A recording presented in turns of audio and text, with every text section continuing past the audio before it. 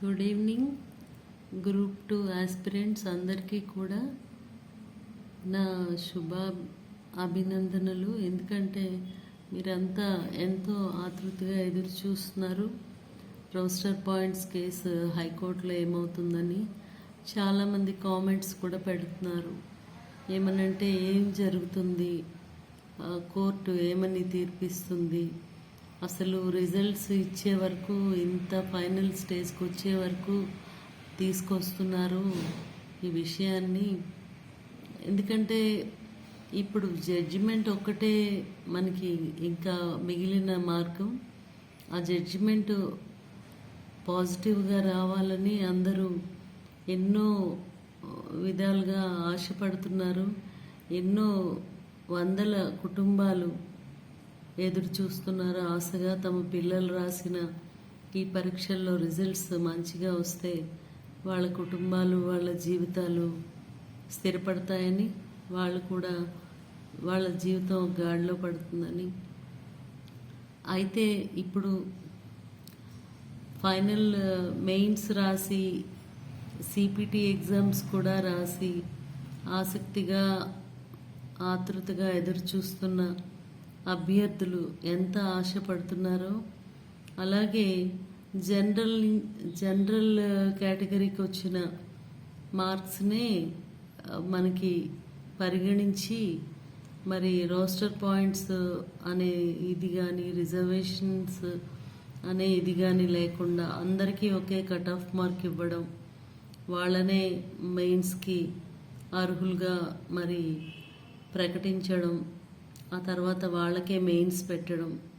మరి రిజర్వేషన్స్ ఉండి కూడా కొద్ది గొప్ప తక్కువ మార్కులు వచ్చి వాళ్ళ రిజర్వేషన్ కేటగిరీస్లో మెయిన్స్ రాసే అర్హత లేకుండా వెనుకబడిన ఎన్నో ఎస్సీ, ఎస్టీ, బీసీ, ఇతర రిజర్వేషన్స్ వర్గాల వాళ్ళందరూ ఎంతో నిరాశకి లోనవుతున్నారు ఈ విధానం వల్ల.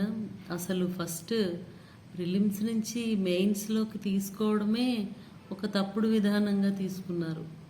ఇప్పుడు ఈ పరిస్థితుల్లో జడ్జి గారు ఏ విధంగా తీర్పిస్తారనేది చాలా ఆసక్తిగా మారింది. ఎందుకంటే స్టే ఇచ్చే పరిస్థితులు అయితే ఇప్పుడు లేవు.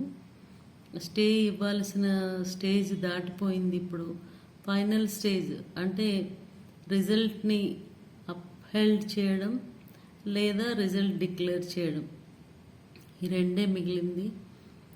నోటిఫికేషన్లో రోస్టర్ పాయింట్స్ కరెక్ట్ చేసి రీనోటిఫికేషన్ ఇవ్వడం, లేదా ఇచ్చిన ఎగ్జామ్ని ప్రిలిమ్స్ వరకు ఉంచి మెయిన్స్ కోసం మళ్ళీ రిజల్ట్స్ని, మెయిన్స్కి అర్హత సాధించిన అభ్యర్థుల లిస్టుని ఫ్రెష్గా పబ్లిష్ చేసి మరలా మెయిన్స్ కండక్ట్ చేయడం అనేది చేయాలి. ఇది ఏపీపీఎస్సికి కొత్త ఏం కాదు. గతంలో కూడా చాలాసార్లు ఈ విధంగా జరిగింది.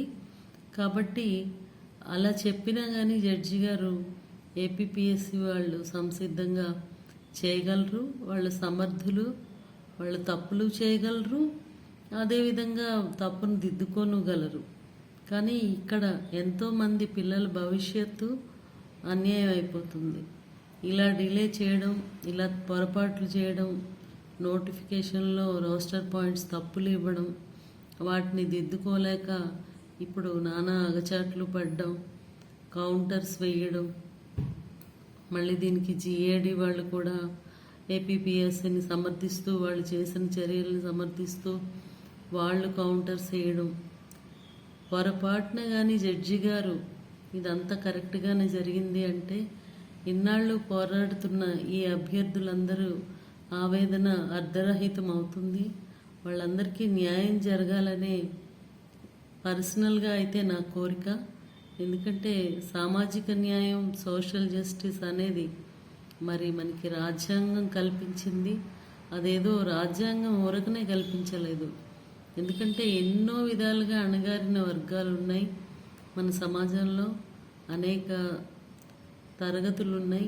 వీకర్ సెక్షన్స్, దళిత్స్, వెనుకబడిన వర్గాలు, ఇట్లా చాలామంది ఉన్నారు. మహిళలు, వికలాంగులు వీళ్ళందరికీ కూడా మరి న్యాయం అనేది జరగాలి.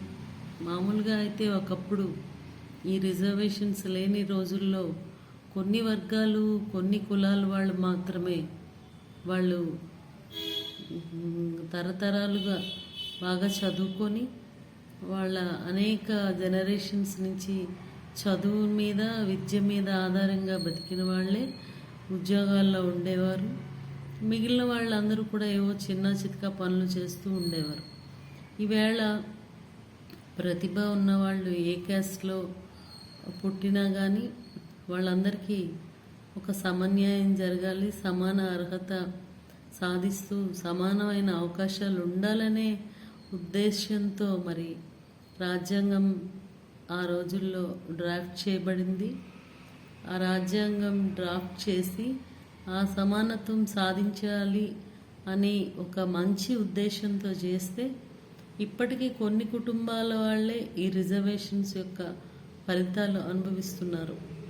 ఏ సెక్షన్స్లో చూసినా, ఎస్సీస్లో చూసినా, ఎస్టీస్లో చూసినా, బీసీస్లో చూసినా కొన్ని ఫ్యామిలీస్కే ఈ రిజర్వేషన్స్ యొక్క ఫలాలు అందుతున్నాయి. అదేవిధంగా మహిళలైతే పూర్తిగా అణిచివేయబడ్డారు. అంటే నేను ఎవరి మీద నా ఆక్రోశాన్ని వెళ్ళగక్కడం లేదు. మహిళలకు చాలా అన్యాయం జరిగింది. అసలు మహిళల్ని చదువుకోవాలి, స్వయం సమృద్ధి సాధించాలి, వాళ్ళ కాళ్ళ మీద వాళ్ళు నిలబడాలి అనే ఒక అవకాశం, ఆలోచన ఎప్పుడు వచ్చిందండి? 90స్లో వచ్చింది. 80స్లో ఉండేది కానీ చాలా తక్కువ. మిడ్ 90స్లో ఈ ఆలోచన విధానం. ఇప్పుడైతే అమ్మాయిలు అసలు పెళ్ళికి ముందే మేము సెటిల్ అవ్వాలి, మేము ఎవరి మీద ఆధారపడకూడదు, మేము ఫైనాన్షియల్గా ఇండిపెండెంట్ అయ్యాకే మేము ముందుకు వెళ్తాం లైఫ్లో కానీ, మ్యారేజ్ విషయంలో కానీ, ఏ విషయంలో కానీ అని ఆలోచిస్తున్నారు. ఇటువంటి పరిస్థితుల్లో మరి అందరికీ ఒకే విధంగా న్యాయం జరగాలంటే మరి ప్రిలిమ్స్ నుంచి మెయిన్స్ రాయడానికి వీళ్ళందరికీ కూడా రోస్టర్ పాయింట్స్ని సరిచేస్తూ వాళ్ళ రిజర్వేషన్స్ ఆధారంగా మరి కట్ ఆఫ్ మార్కులు నిర్ణయిస్తూ మెయిన్స్కి పంపించాలి.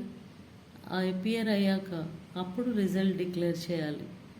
ఎందుకంటే లేకపోతే ఇది నిరంతర ప్రక్రియలాగా దీని మీద సుప్రీంకోర్టుకు కూడా వెళ్ళే అవకాశం ఉంది అభ్యర్థులు.